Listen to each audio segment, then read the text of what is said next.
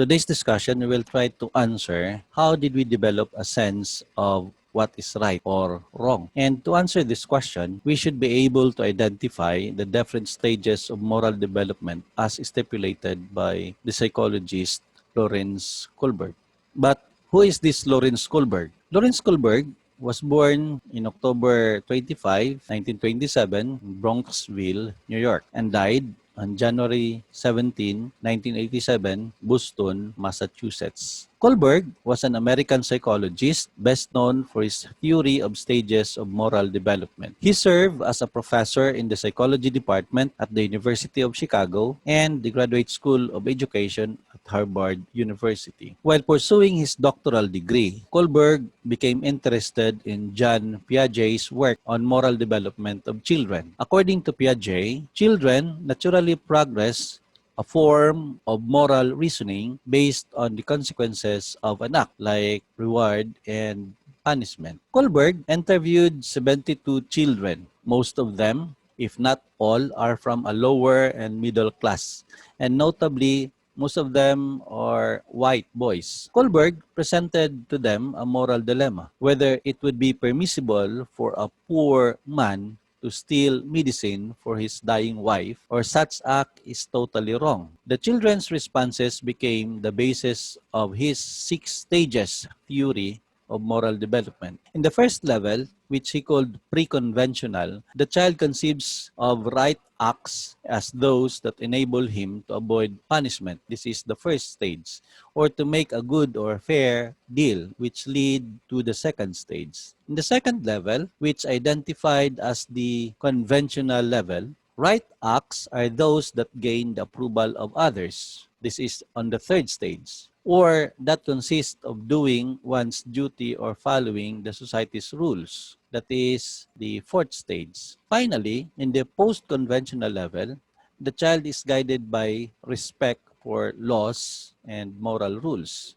That is the stage 5. Though he recognizes them as somewhat arbitrary and not always valid, or by abstract ethical principles such as justice and equality, this is the last stage that according to Kohlberg, this stage 6 is only rarely achieved. Kohlberg's theory was highly influential, especially in the field of psychology and education.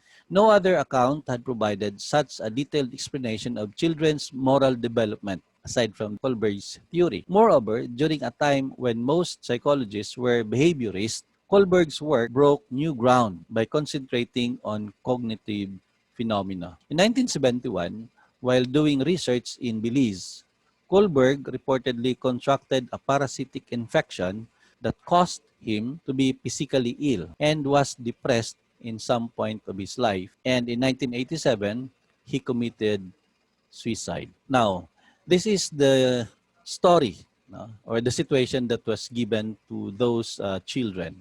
This is just hypothetical story. This is a story of a middle-aged, ordinary, middle-class man named Heinz. His wife was dying from a specific type of cancer. Doctors believe that a special drug which was invented recently and is available only in a certain pharmacy. Only this drug can save his wife.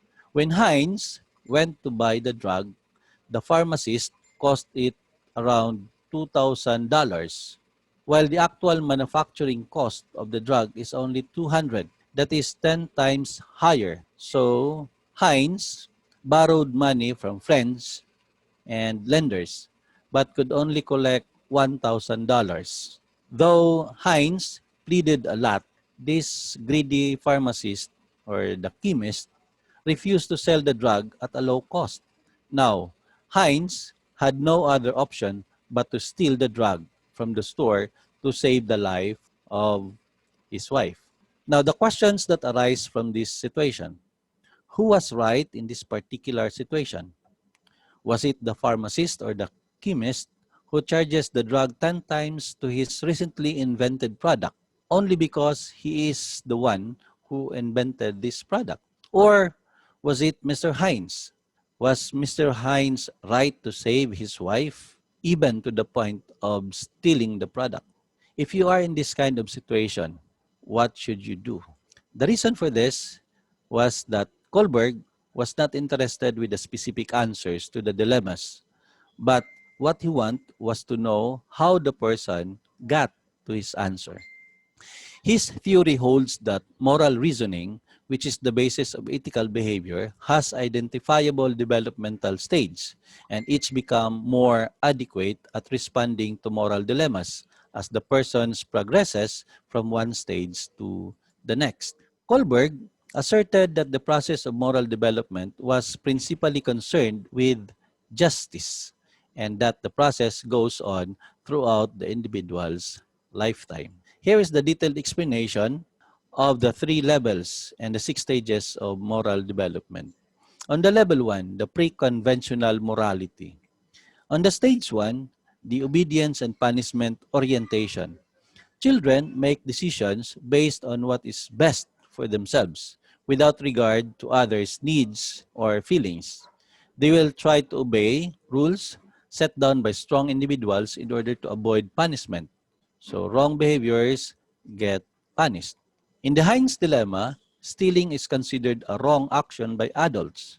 To avoid punishment, the children will choose not to steal the drug. On the stage 2, still on the level 1, is the exchange of favors. Children recognizes that other people also have needs and may try to satisfy others' needs if their own are already met. You scratch my back and I'll scratch yours. They understand that different individuals have different viewpoints that might not match with authority figures. Right and wrong is still defined in terms of consequences for themselves. On the level 2, the conventional morality, we have the stage 3 under the level 2 of conventional morality. Stage 3, the good interpersonal relationships. Children make decisions based on what will please others, especially those with status. Say, for example, teachers, high-ranking officials, or even popular peers. They are concerned about maintaining relationships through trust, loyalty, and sharing, and take others' perspective into account when making decisions. On the next stage, which is the stage 4, maintaining social order. Children look to society for guidelines of what is right and wrong. They know rules are needed to keep society running smoothly and believe it's their role to obey them. However, they believe that rules are forever rigid and they don't recognize that the rules can be changed to match society's needs. For example, people in this conventional state of mind would want Heinz to go to prison if he steals the drug because they want to strictly follow the rules or the laws set for society. On the third level, which is the post-conventional morality, we have the stage 5. The stage 5, which is the social contract and individual rights. People recognize the rules represent agreements between multiple people that establish appropriate behavior. They see rules as useful tools that can maintain the general social order and protect individuals' rights. However, they also know that while the law is for the good of the majority, they will not always work for particular individuals. For example, in Heinz' dilemma, the law against stealing serves to protect many individuals. Yet for Heinz, it worked against him when he wanted to get the drug for his wife. On the stage 6, this is the universal principles. People at this stage develop their own moral guidelines which may or may not fit the law. They base their guidelines on universal principles such as human rights, justice, and equality that apply to anyone or to everyone. These people will defend these principles even if it means going against society and facing the consequences of disapproval and or imprisonment. For example, when you say, be honest even if others are not, be honest even if others cannot, and be honest even if others will not. According to Kohlberg, few people ever reach this stage. According to people of this moral stage, Heinz is justified in stealing the drug because the chemist was being greedy and because his act of stealing cured his wife, so he should not go to jail.